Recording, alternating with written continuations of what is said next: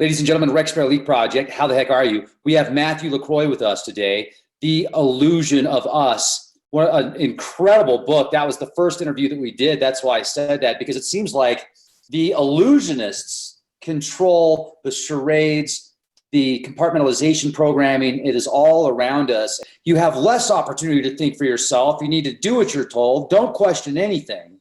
Well, folks, we are going to question things. And it does seem as if there is an opposite to all of the negative, because there's some great opportunities right now. My goodness. I mean, it's like a renaissance in media. People are getting more views out of their garage than mainstream media outlets are with million-dollar studios and green screens. We live in an amazing time. Let's continue that, ladies and gentlemen. And Matt, so glad you came on the program today. How the heck are you?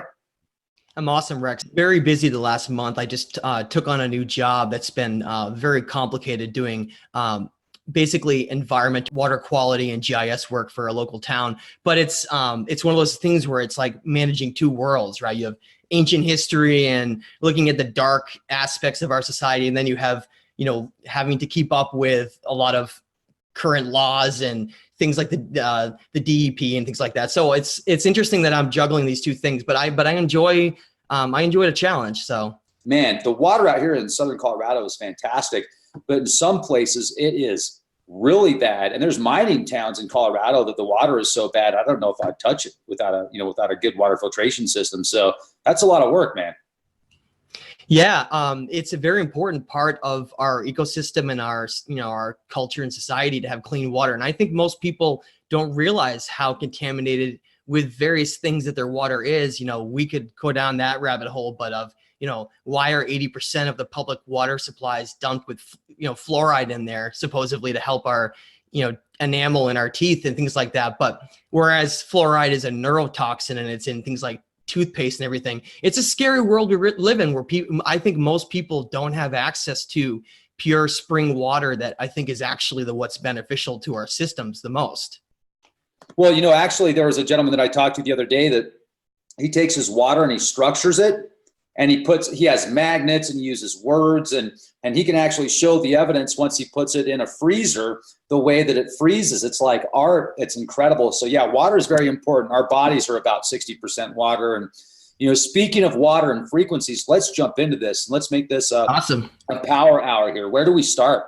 So what we're going to be looking at today, Rex, is I guess two aspects of our reality: how we got here to this place we're at today, and where we're going to go in the future. And I think one of the common themes that comes up a lot when I talk about this stuff is a lot of people shy away from talking about the difficult things that have happened to us and are still happening to us. And a lot of times when I meet people who are even highly conscious and more attuned to things, the common response I get when you bring up these difficult subjects is, well, I don't like to feed that energy, or I don't like to talk about that because it makes me feel uncomfortable. And so what do? They go off and they ignore it, and they live in this little world where everything is happy. And I think the problem with that is you essentially end up becoming someone that just stands on the sidelines and watches it all happen. And I think that's one of the worst things you can do, in my opinion. And so in this age we're living in right now, where there's still so much evil that rules our world, it's more important than ever to talk about it so that we can stop it from ever happening again, so we can actually have a future here, rather than some of the scary direction that we're going. And so just to start, if some people are worried, this is going to be a show that may start somewhat negative, but it's got a very positive ending as we talk about where we're going forward here in the future. Because like a lot of ancient cultures have said, the famous quote that should be remembered by everyone is that this time period during this change we're in right now is truly the darkness before the dawn. And that's why that famous quote is used a lot, that it's always darkest right before the dawn. And I think that in many ways speaks to where we are right now in this age where there's all these prophecies and all these things that have come before us that have literally told us exactly what this time period would represent. And we have just sat back and allowed it to happen. And then here we are, we're stuck right in the middle of it. And what are we stuck in the middle of? We're stuck in the middle of a reality where Most people live in urban areas and they just travel between businesses and they never even can see the stars because they have too much light pollution. They don't even perceive that they're on a planet out in the universe, surrounded by a vast cosmos with billions of other planets. Yet we've been sucked into this materialistic illusion of the third dimension, where we think that accumulating material goods and trying to get as much money as we can is the only purpose that we have here.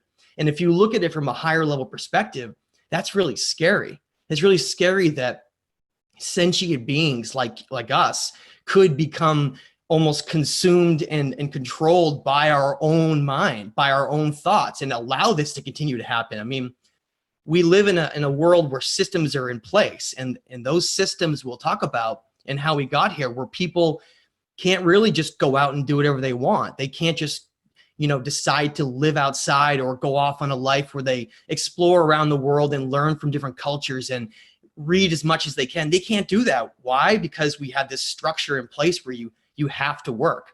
You have to work, and that's a necessary component of this. And because of the way that is, I think most people's lives are essentially stolen from them.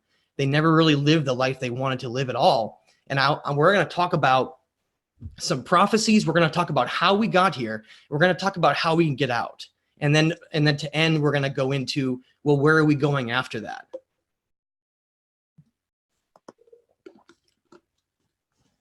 So the first place we're going to start is with the ancient Maya.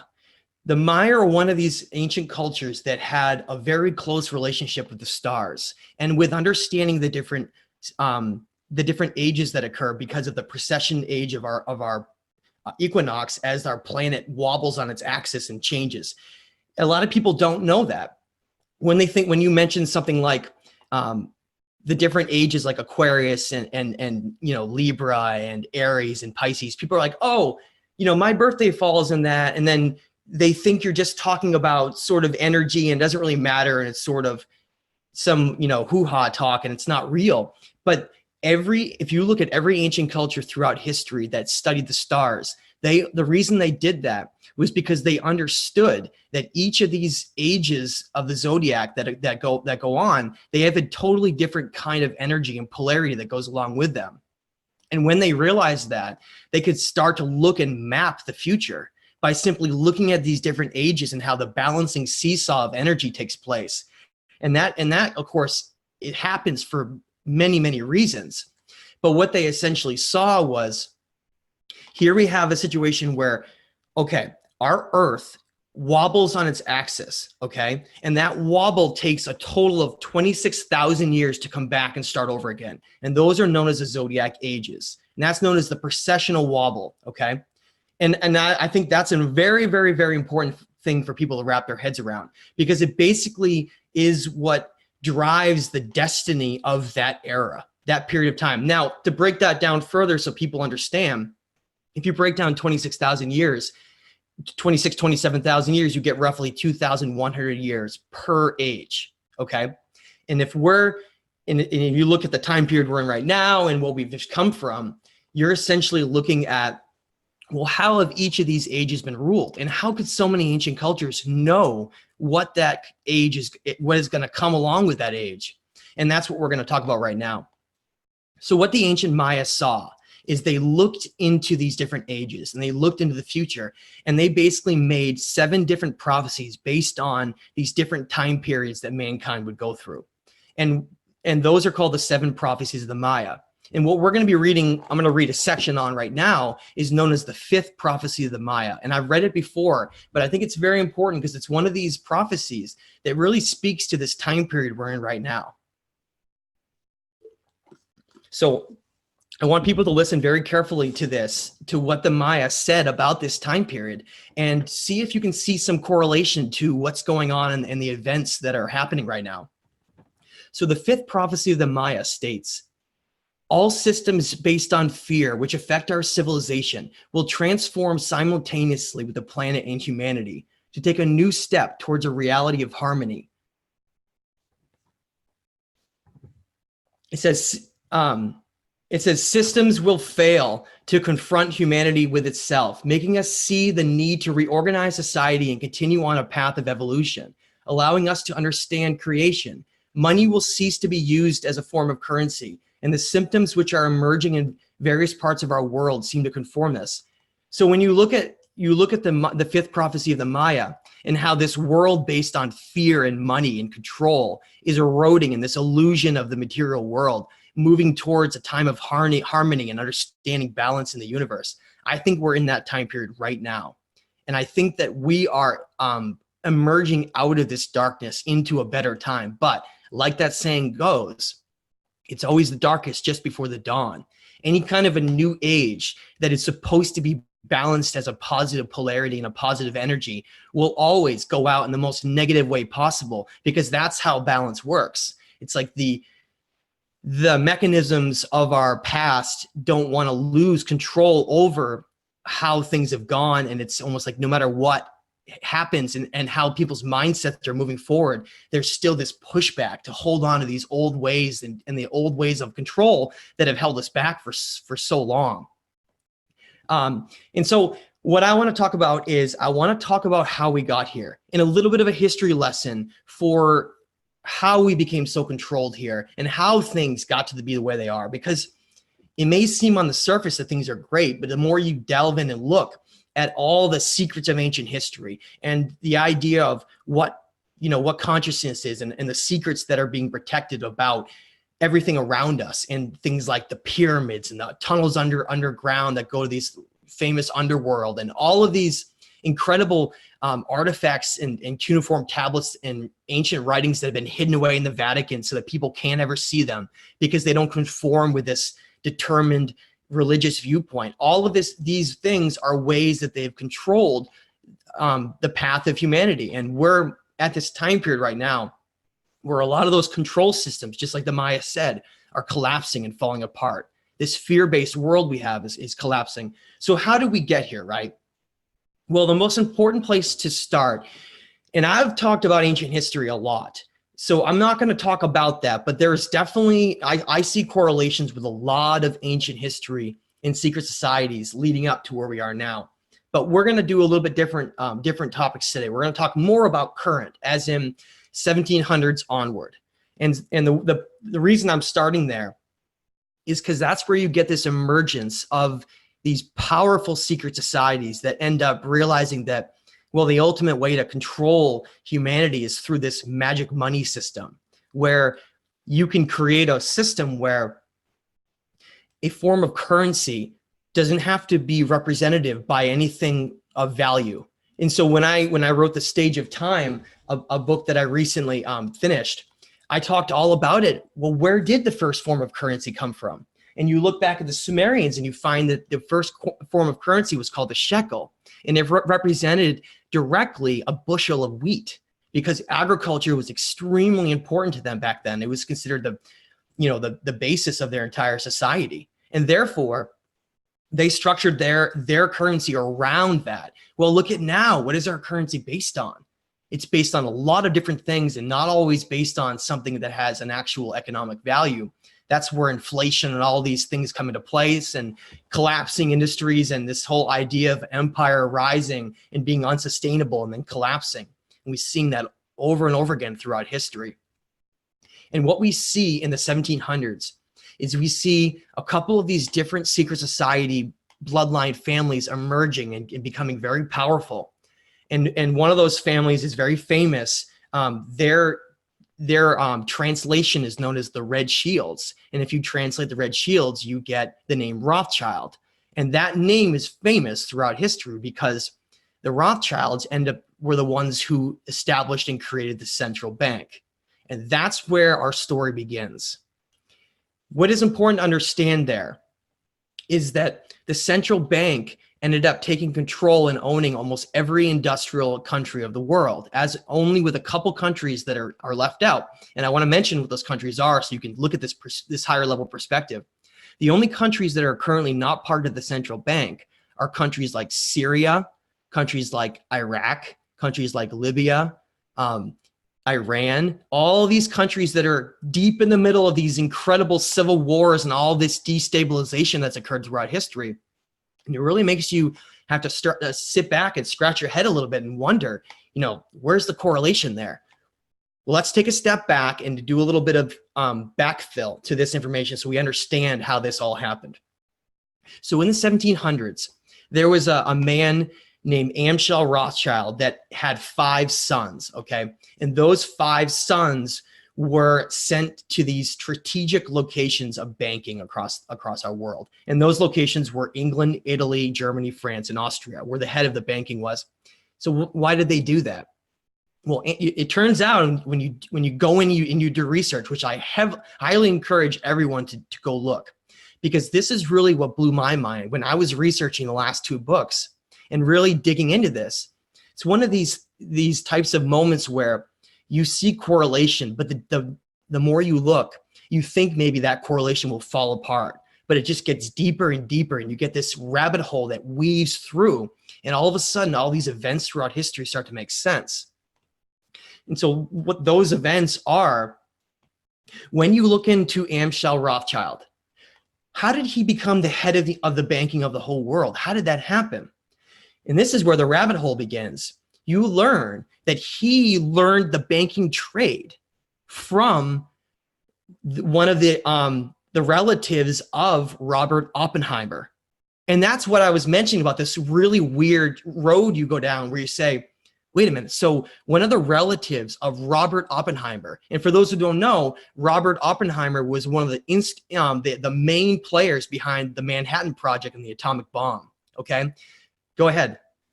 Want to hear a weird sync? That property, some property of the Oppenheimer family is actually just miles from my house. I've got a good friend that lives out here, Diamond, from the Oppenheimer Ranch Project. He owns a bunch of land that Oppenheimer used to own. Man, that's a bizarre synchronicity. It's like an entire town up there in the mountains that people don't even know about. Isn't that strange? I think that these families almost exist outside of society. They have so much money and so much power, but at the same time, they're not flashy about it. They remain under the radar and somewhat hidden. You never see anything written about them, really. The news never really talks about them. And yet they're these hidden puppeteers that may control a lot of our world. And we're gonna talk about how that's possible. So when I was mentioning Amschel Rothschild, he learned these banking practices and how to be an expert banker from one of the relatives of Robert Oppenheimer. It was one of the Oppenheimers. And you say, okay, so that they're related. And you have these families that keep having connections to all of these different things in the past. And you start to scratch your head and wonder how that's connected, if that's just an accident, or if some of these families may have a lot more connection towards the past than we realize. So Amschel Rothschild is taught extra banking from Oppenheimer, okay? And he goes on to have 5 sons with his wife, Gödel Rothschild. And so before this is a quote everybody's heard, but right before Gödel died, she says famously, "If my sons did not want war, there would be none." And I encourage everybody to go look at that quote because it's famous. But another quote that goes right along with that maybe not everybody has heard is that in the same token with that, and we'll explain how that works. Amschel Meyer Rothschild, he said another famous quote where he says, give me control of a nation's money and I care not who makes its laws." So here you have these 2 famous quotes that are made by the father and mother of these 5 sons that went on to become these key bankers that then emerged to rise up into the central bank. And they both state unequivocally, one, that money if you can control money, you can essentially control an entire nation. And 2, that war is essentially being created by some of these bankers as many different means. Is that true? You'll have to do the homework yourself to see if it is. But a lot of correlations can be made throughout history that this military industrial complex and this idea of money controlling our world are connected very, very closely. And it's not as separate as people think. So these 5 sons went out strategically to each of these 5 cities in these countries, and they merged to create the central bank. And the central bank then went on to own all the other banking industries of the world. And a lot of people don't know, but that the Federal Reserve is actually privately owned by that family. And so if you can control, like he said, if you can control a nation's money, you can essentially control everything. And that's where this whole thing went. And that's why I want to bring it up. When Rex brought up the idea that there's these illusionists here that create these illusions and like great puppeteers, I think that that's perhaps the idea we should look at here, with how things have been going. And so I want to move on to, well, what happened? What happened to, how did this darkness happen here? How did this all occur? It goes a lot deeper than people might realize. When a lot of these corporations developed, banking empires and a lot of these other oil tycoon corporations, they all were closely affiliated and connected. And it became this basically a web of power controlling different aspects. And when you look into our past, it's quite startling, actually, these two divergent realities that occurred. When I was doing research into this years ago, I remember that moment when I learned what I'm about to tell you, and I had to just sit back. And it was almost like the most appalling thing I'd ever heard, because a lot of people just accept the idea that we got here just based on how it should have gone in terms of our reality, and that there's no way it could have been anything different, and that it's just too many factors that could come into play for there to be, different divergences in our timeline. And I got to tell you that when you look, there are these moments, like I mentioned, with the central bank being created, and there are other moments too where these divergences occurred. Now, one of the big ones that I haven't really talked about much, but I wanted to bring up because it's very important as part of this whole understanding of getting how this happened, is through the rise of these big oil companies and these oil, cotton, and wood. That seems kind of strange. You're like, what do those have in common? Well, at the same time that oil was rising, you saw these large media companies, newspaper companies emerging too, which rely on paper. And those two sides ended up deciding to work together very, very closely because they had a common threat. Well, what could have been that threat? Well, look at our state of our world today. Our world has been terribly polluted. We've lost 50% of all mammal, reptile and mammal species on the planet within the last couple hundred years. Our oceans are full of plastic particles that are never going to go anywhere, and fish are having to put those through their gills, and they're getting stuck in them, and dolphins and whales are, ending up on beaches everywhere full of plastic. It's a really scary world we live in right now, where we've polluted and destroyed a lot of our planet. And people sit back and say, okay, well, what can we do now? It's too late. But I want to talk about how we got there, because I don't think it's too late. I think that there's a lot of things we could even do now if we were able to recognize those things. Now, what is that? It's a battle of natural versus unnatural, okay?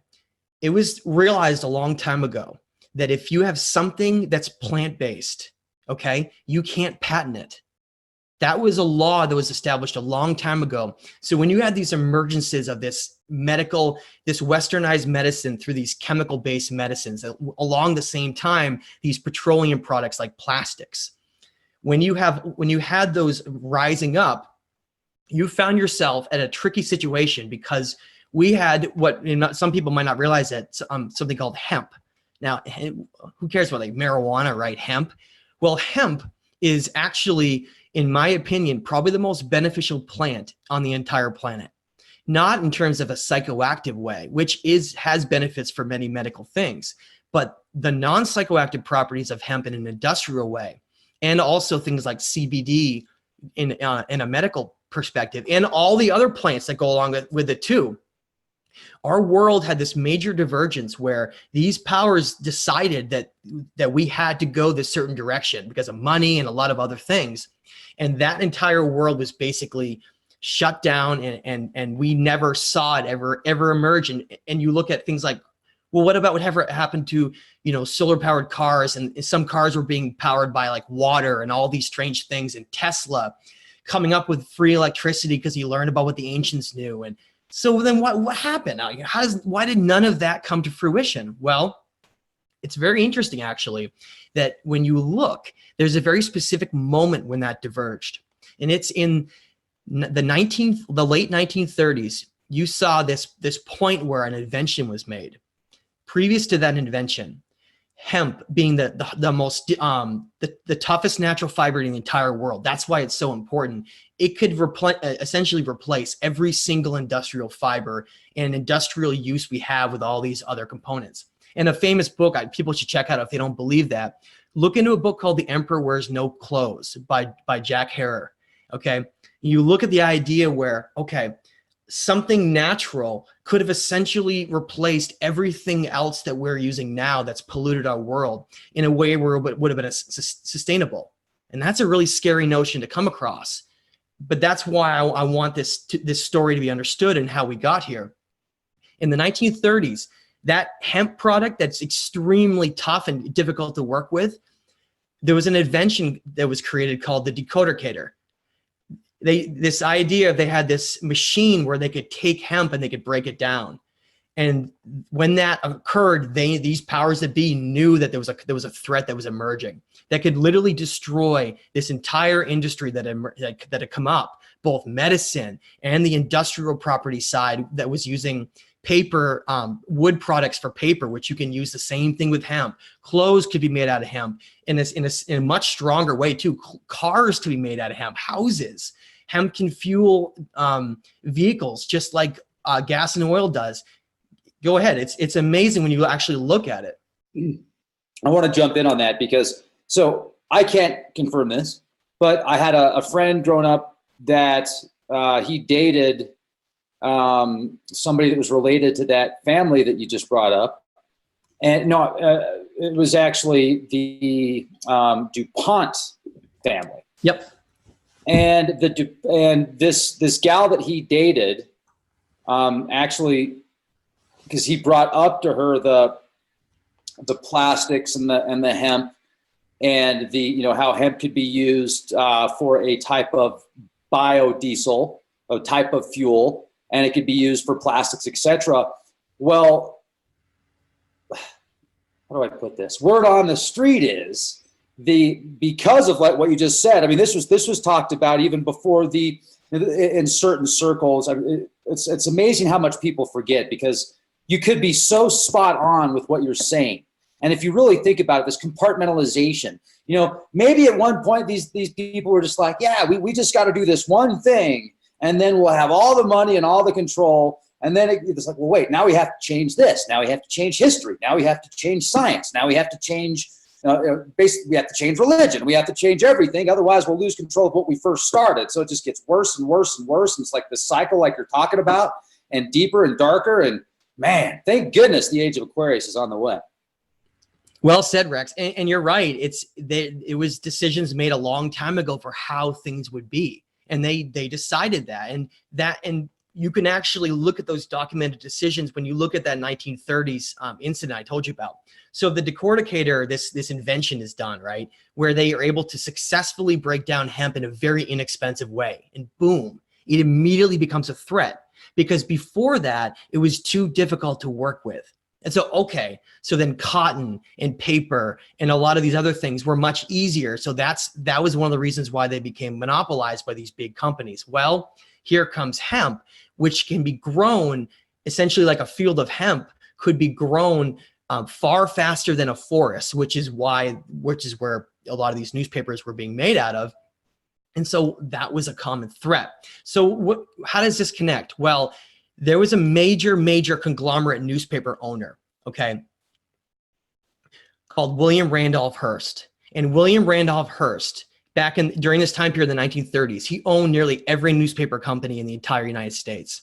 And he basically could control the message, okay? And he had a lot of interest in the timber industry because he owned vast woodlots of timber. So he had a very direct interest in keeping that same mentality going without having to try to worry about this emerging industry coming. And so it's very interesting what happened when you actually go look, because at the same time in the government, there was a man named Anslinger who had the same idea of wanting to get rid of this product that was affecting all of these other industries that were becoming powerful. And so what did William Anslinger do? He contacted Hearst And they convinced him to create a campaign to demonize hemp and marijuana so that hemp could be forever thought as evil, and that industry could never, ever take off. And that's exactly what happened.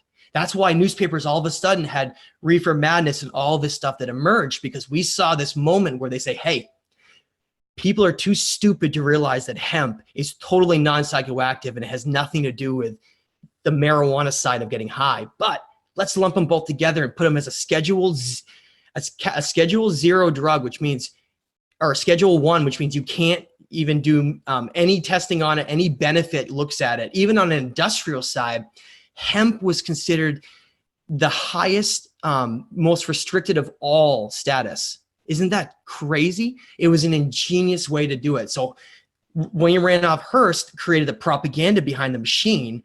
Meanwhile, Anslinger created the laws, and boom, that's how we got to this point we're at now. And then what happens? Chemical-based medicines took over because they could patent anything they wanted. So they could try to, okay, they say, we know that this plant from the Amazon does these things. So what we'll do, we'll just study it for years and try to make an exact, or as close as we can get, artificial components to match that. And then we could sell it for 10 times what we would be able to, because you can't patent a natural plant. So what I'm trying to get at, this is not just about hemp. This is about every single natural plant in our world, which became, it was the war on the natural versus the unnatural side. And these corporations and these secret societies had a lot of vested interest in this side of controlling everything. And that's why they all came together to ban this and create this timeline we're in now. And that's why I say it's not too late, because what's happening right now? Here in Maine, I just drove by my first hemp field a couple months ago. Okay. Here we have a product that is completely non-psychoactive. Okay. So what are people worried about? It's a plant that's growing that provides a means to replace every other thing in our world.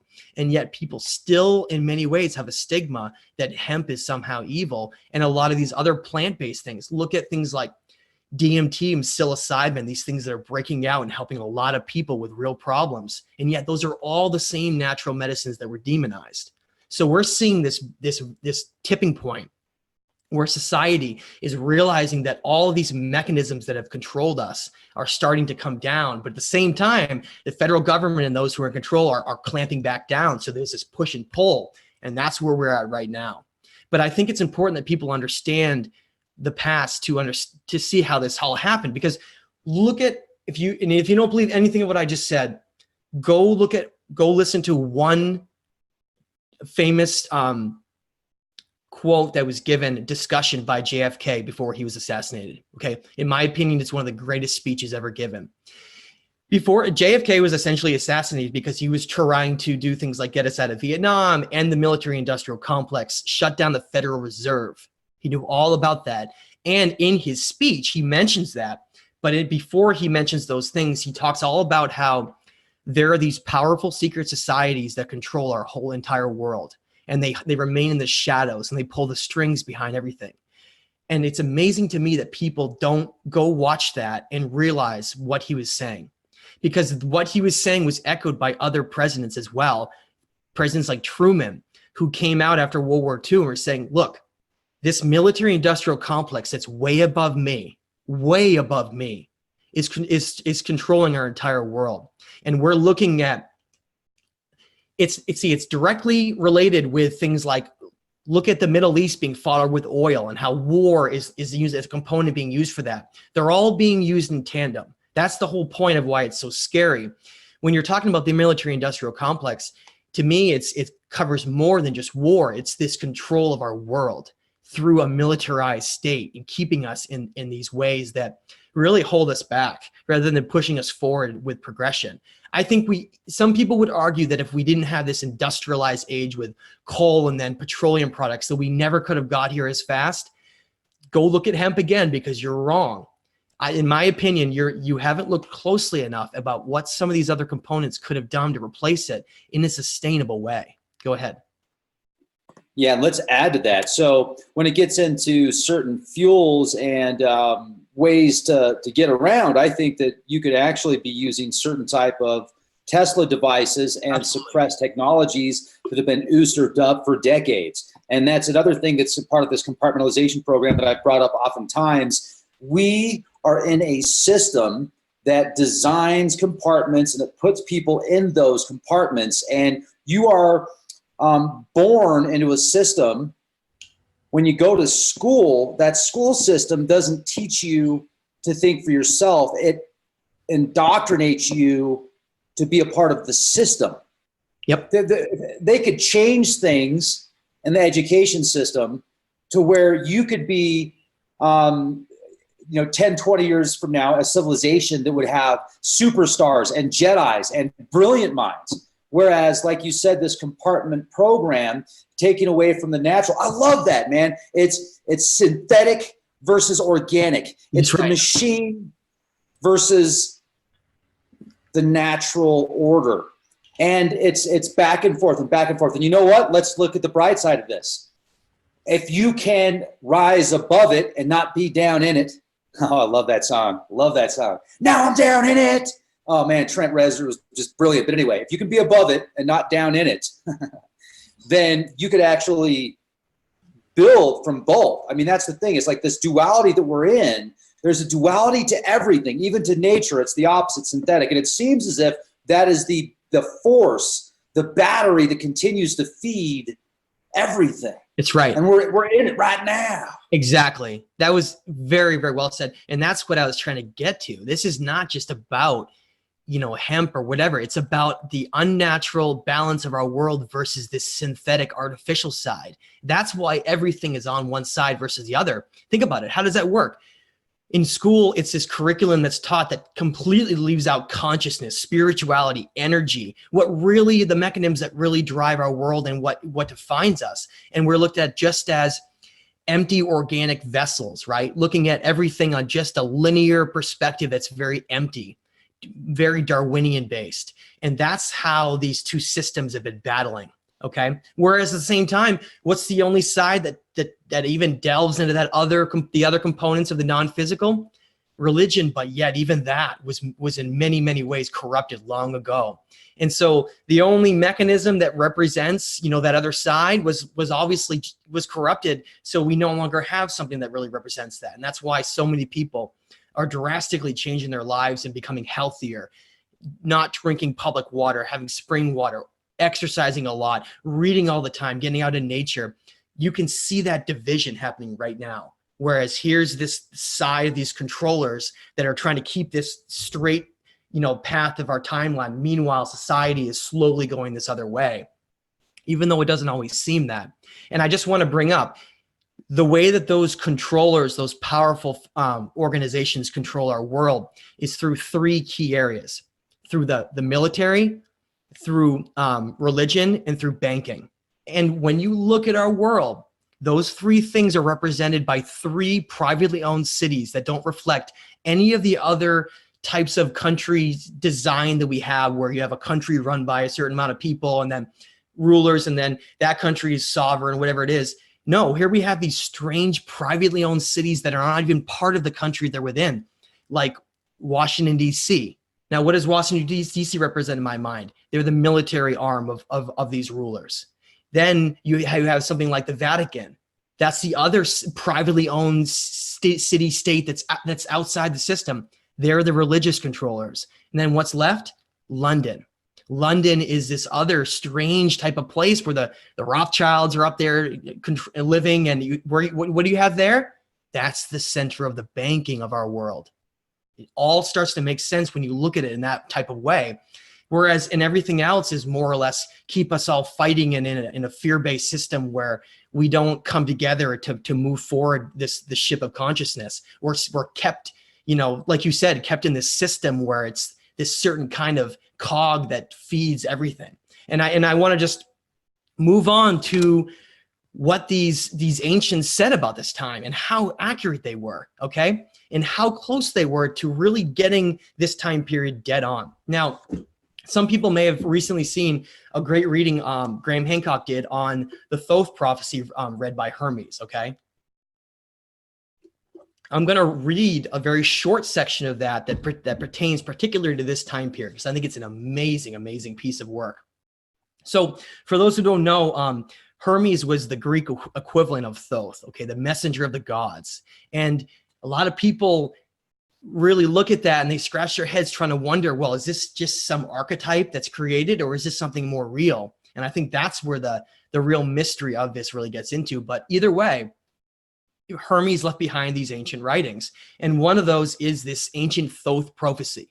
And Thoth was a great Egyptian god of the god of wisdom and writing and messages. So I want to read, paraphrasing. Now, remember what that fifth prophecy, the Maya. Now listen to what Thoth says from thousands of years ago in Egypt, talking about this time period, coming out of Pisces into Aquarius. And this is what he says. And in that day, men will be weary of life, and they will cease to think the universe worthy of reverent wonder and worship. Darkness will be preferred to light, and death will be thought more profitable than life. No one will raise his eyes to heaven. The pious will be deemed insane, and the impious wise. The madman will be thought a brave man, and the wicked will be esteemed as good. As to the soul and the belief that it is immortal by nature, or may hope to attain immortality, as I have taught you, all of this they mock at, and will even persuade themselves that it is false. No word of reverence or piety, no utterance worthy of heaven and the gods of heaven will be heard or believed. And so the gods will depart from mankind, and only evil angels will remain, who will mingle with men and drive the poor wretches by main forces into all manner of reckless crime, into wars and robberies and frauds, and all things hostile to the nature of the soul. Then will the earth no longer stand unshaken, and the sea will bear no ships. Heaven will not support the stars in their orbits, nor will the stars pursue their constant course in the heaven. All voices of the gods' will of necessity will be silenced and dumb. The fruits of the earth will rot, the soil will turn barren, and the very air will sicken in sullen stagnation. After this manner will old age come upon the world. Religion will be no more, and things will be disordered and awkward. All good will disappear. And it ends by saying, but when all of this has befallen, the Maker, who first came into being, will look on to which has come to pass, and will stay the disorder by counterworking it of his will, which is good. He will call back to the right path those who have gone astray. He will cleanse the world from evil, now washing it away with water floods, now burning it out with the fiercest fire, or again expelling it by war and pestilence. And then thus will bring back his world to its former aspect, so that the cosmos will once again be deemed worthy of worship and wondering reverence. Isn't that amazing? So there, and my favorite part of that entire quote talks about how the gods will depart from us and only evil angels will remain, who will mingle with men and control us through evil and wickedness. When you look at how the time of Pisces, remember the last 2,100 years has been ruled, even into Aries, you see striking correlations to those types of events. Now, the end is scary because it talks about how, just like in the past during the Younger Dryas, during the last ice age, how these cataclysms reset and wiped everything out and started over again.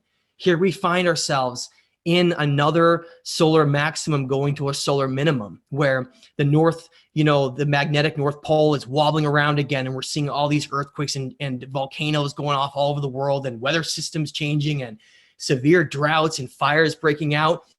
And I think that we're in that time period right now, this great darkness before we head towards the dawn. And mankind, I think, has just begun to get through the challenges that await us. And now I don't think that those challenges are going to destroy all of humanity. I think that there are way too many common interests right now to allow that to happen, along with technology. And I always say it because everybody gets all scared.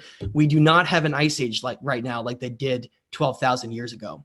And so there's a lot of components that are coming into place where I think that this transition, as we move towards the age of Aquarius, will be potentially bumpy at first, but won't just feature a complete reset of everything in terms of wiping out humanity. However, like the fifth prophecy of the Maya and Thoth said, we're going to have a lot of these control mechanisms collapse. Things like fear-based things like war and the corruption that money has done on our world, a lot of those things are going to collapse. And it'll be interesting to see where we go in the future from here, because that's why I think it's important that we recognize the darkness that controls our world, because that's the only way that we're going to rise above it and learn the lessons from the past so we can move towards the next stage of our conscious evolution. And I really believe that, you know, this isn't going to happen from the top down. This is going to happen with us, with the people that are fighting to allow the education of the truth of a lot of this stuff, because you can just go in and verify it right now. We're living this age with the internet where if you can actually objectively look at things and study, you can find the truth. It's all there. These breadcrumbs that lead to other breadcrumbs that all correlate, they do exist, and I think they tell a story, and that story needs to be known so we can grow past it. And I really do believe that we are going to be entering a great time of change right now, and we will reach another golden age.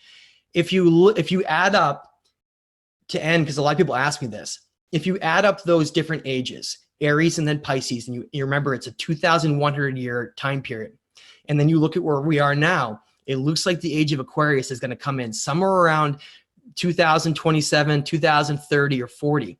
It's difficult to predict because it's not an exact thing. But during this time period in our lifetime, we may be going to this great transition. And you know what I say about that? What an amazing time to be here, to actually be here in this existence and potentially be making an impact on everything in the future. And I think that those people that think they're too small to make an impact should look again. Because what did Rex say at the beginning of the show? People that are in their basement are getting more views than some of these huge players with multi-million-dollar operations, because people are now distrusting information and looking for alternate means. And I think that's what the Great Awakening is going to represent here, Rex.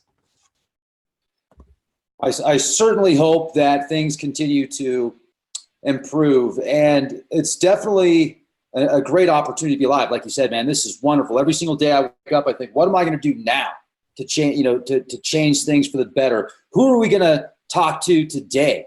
And it's a worldwide audience, just like with your channel. You've got a fantastic channel. I love what you're doing. I love your books. Folks, you can get The Stage of Time on Amazon. You can also get it, I think, on the Stage of Time website. Now, if you have Safari, just so you know, I was on Safari. It didn't pull up on Safari. So Firefox, no problem. But Safari gets weird sometimes. So if you do try and go there from Safari, check it out with Firefox or a different platform. But one of the things that I did want to say also is, somebody asked a great question about the planet and what causes it to wobble, and there's a lot of ancient texts that describe a binary star system, and whether or not the binary star at one point was Jupiter or Saturn or is Nibiru or is a star that's way far out there and we can't see it and it's getting closer. It's been talked about with different names, etc. And I want to get your thought on a binary star returning and being connected to the age of Aquarius and an enlightenment cycle, because there are Vedic connections to that. Yeah. And I think you might be right about that, because when we look at our solar system, we look at our outer planets like Uranus and Neptune, there's a tilt and a wobble to their orbits, okay? And I think that wobble on a minor scale affects every planet, most planets at least, in our solar system, including Earth, like you said. And that is a distinct possibility that may be why. Well, so how do we know this? What can people actually do to go find information? Because this is probably the most polluted area, or among the most polluted areas of all. Now, I would just tell you one thing. In the 4th chapter of my book, I extensively talk about every piece of evidence that has come forth that proves that we actually are a binary star system and not just a single sun. Binary means 2 suns. And astronomers have come out and said that at least 80% of all star systems that we've observed have binary twins. Okay, now, there's only a couple pieces of evidence that prove this. And I have some shows I've done in the past, even with Rex, that I talk in detail about this.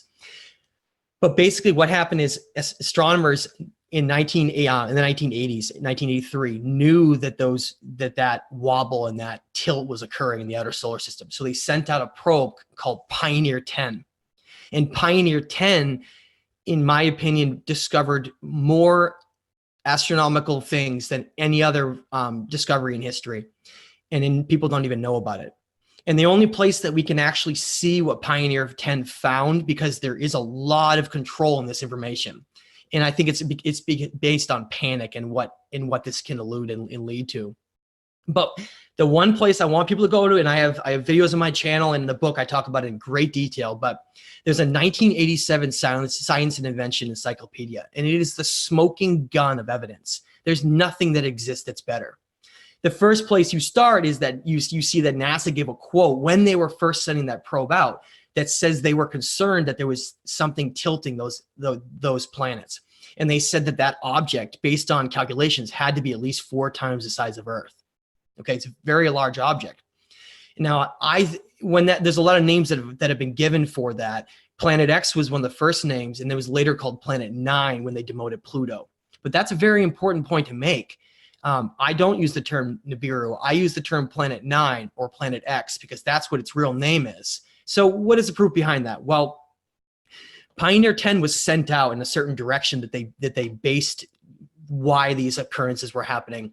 And in our outer solar system, not inner solar system, beyond the Kuiper Belt, they found these incredibly unusual things happening out there. And what they found in that 1987 encyclopedia is, if you turn to the page that talks about that, it's like page 2137 or somewhere in there, if I just remember right off my head. But you can check that page and the details of that in my videos and book. But if you go look at that one page in that encyclopedia, it's like someone didn't get the memo that this needed to be removed. And it was the only piece of evidence that ever remained for what Pioneer 10 found, this probe. And shows this photo inside this encyclopedia, but doesn't say anything about it. It just says that Pioneer 10 was sent out and that's what it discovered, but it doesn't say anything about it, doesn't even talk about it. And it shows that there is this planet that is far out in our outer solar system that has a binary sun with it, that is, they call a dwarf or a dead sun, which would mean, if you know what a dead sun is, it means it's a much older sun. Much older, which is very interesting when you look at how the ages of our 2 suns could be different. And there's been all these cataclysms in our solar system, and maybe that's somehow related to that. So this outer dead sun is mentioned directly in this photo, as well as this other planet they called Planet 9. And then what happened after that?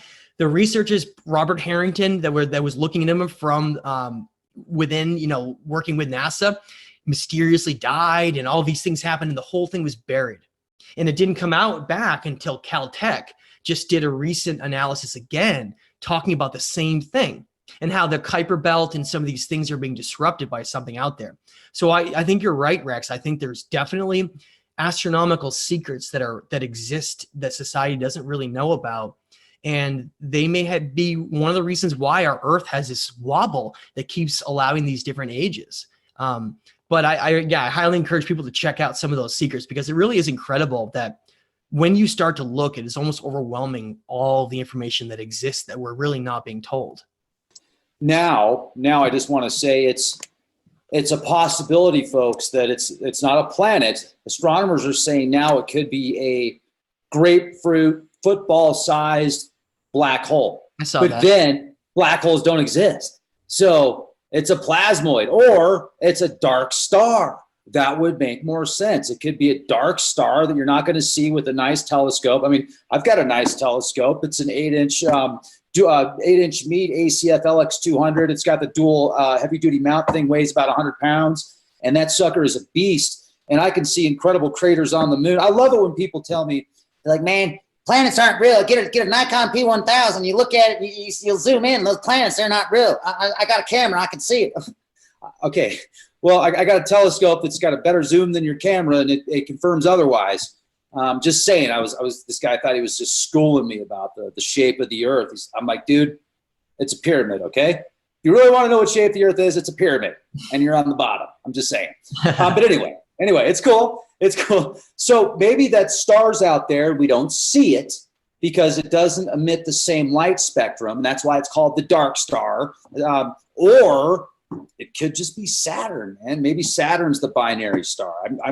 Maybe there was a trinary at one point. I had a great interview with Wal Thornhill, and Wal Thornhill from the Electric Universe was discussing the possibility of there being one point where Saturn was a star, Jupiter was a star. And if you read through these ancient Sumerian tablets, the way that they talk about the planetary flybys and the destructions, but one thing Wall said that blew my mind was he said that the asteroid belt could be the remains of the giant canyon on Mars. Well, that's interesting, but here's the thing, Rex. I want to say, yeah, please. So much like talk about this stuff, but the Pioneer 10 verified these objects are out there.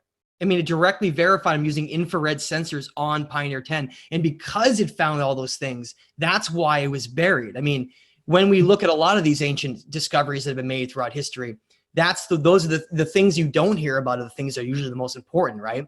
So that's why this is so important, because 1987 Science and Invention Encyclopedia that accidentally, I don't know how it happened, but was able to publish that picture without any description. Maybe that was the deal. They had to have no description, but that evidence is, to me, it's unequivocal. I don't know how you could argue with it. It says dead star.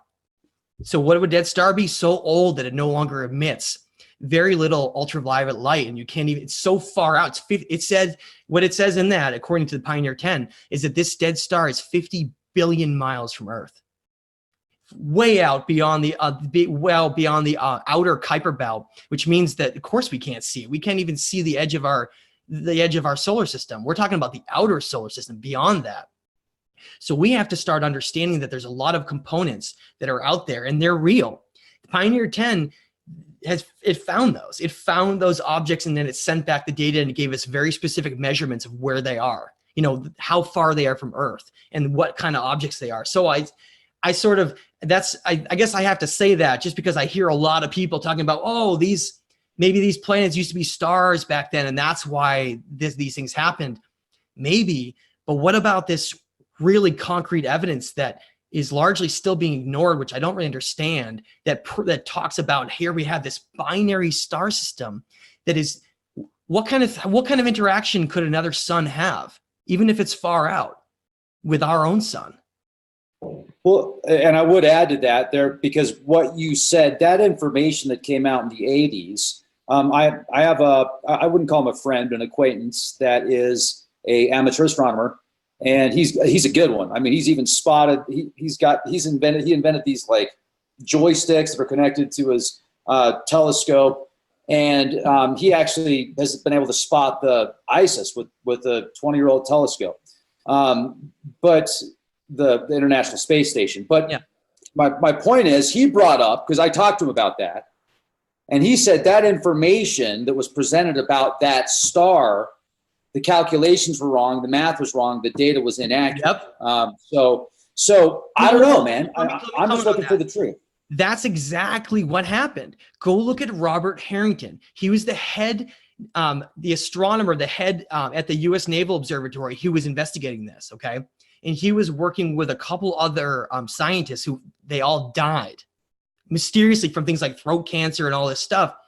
Right after Harrington died, after all of this data exists, right? NASA comes out and says, we clearly see something is disrupting Uranus and Neptune, and they talked all about it, and that's why they sent Pioneer 10.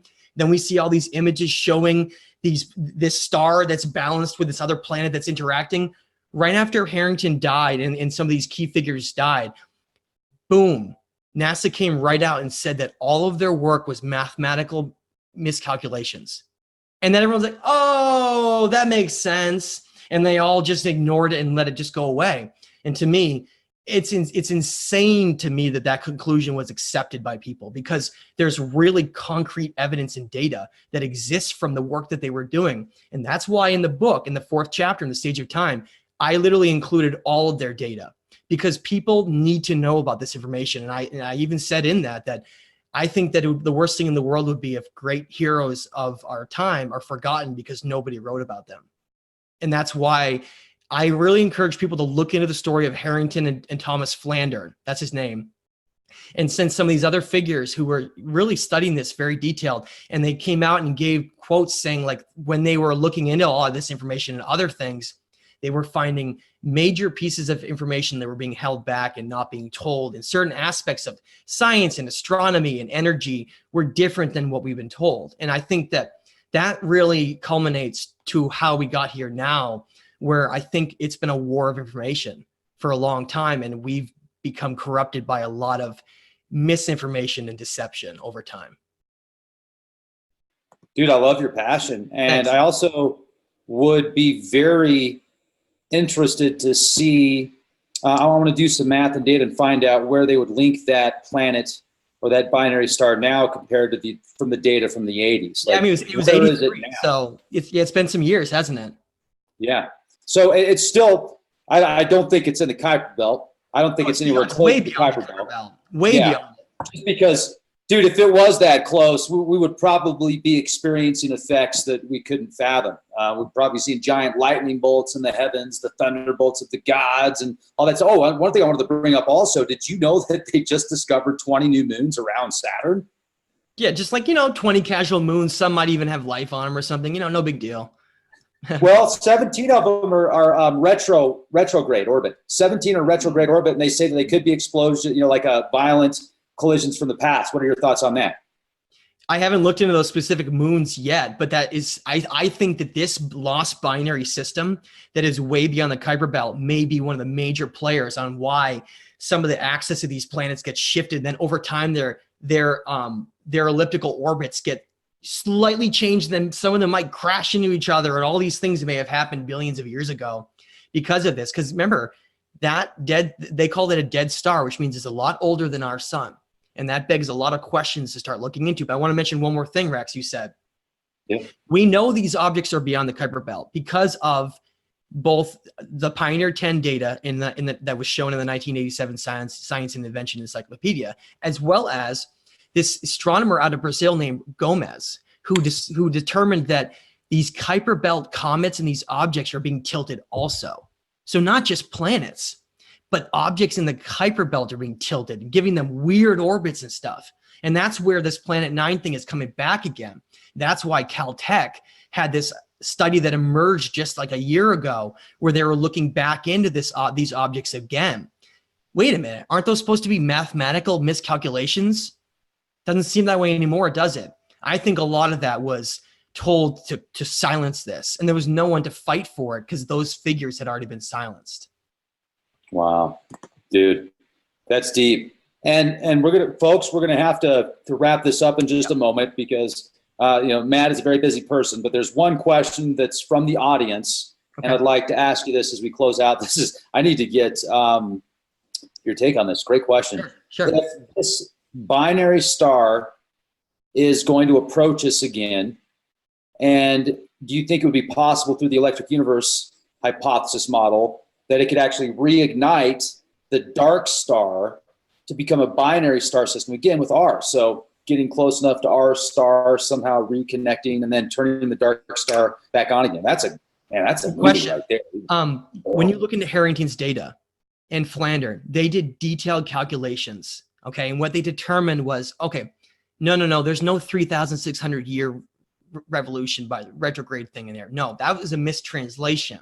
That year represented something totally different. What they actually found was, hey, this sun and this planet has some kind of rotation where it gets close, or potentially maybe sometimes in the past had come through the Kuiper Belt. We don't really know, but we know that cycle, according to Harrington and Flandern, they actually calculated it's between 10 and 20,000 years.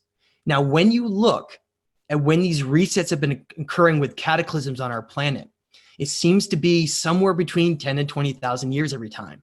Maybe call it ballpark 12 to 15. And if that's true, then it would match almost precisely with what Harrington and Flandern came up with what that revolution would be of that lost binary sun and planet that exists way out there. How did they get there? That's a whole other conversation we can have for another time. Sounds awesome. And final question, do the Archons lose control this time during the age of Aquarius shift?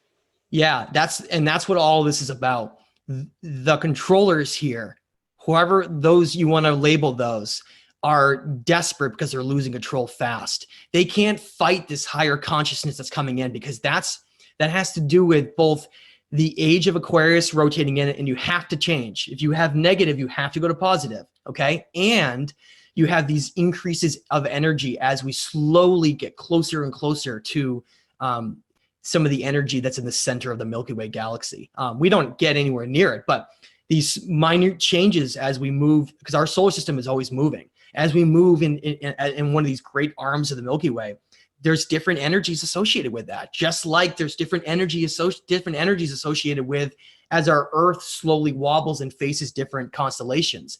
That's what the zodiac ages are. And those ages, there are 12 zodiacs, okay? Those ages are broken up into 12 zodiacs over a 26,000 year period. And everything on our world is based on a 12-hour clock. I just want to leave it there. And I don't think any of it is by accident. Right on. Well, now, can they go directly to your website for the book, or should they go to Amazon? Or okay. I mean, I encourage people to check out my website at thestageoftime.com, because I have direct translations from a lot of these ancient cuneiform tablets, things like the Atrahasis and the Numa Elish, and photographs, and a lot of really cool information that it's so difficult to know where to look, what's disinformation and what's not. And so I try to pride myself on having the most accurate translations possible, so we can finally understand so much of what we've lost in the past. You are a legend, my friend. Thank you for being on the program. Thanks. Looking forward to talking to you again. Everybody, be excellent to each other and be the change the world needs to see. It starts with you.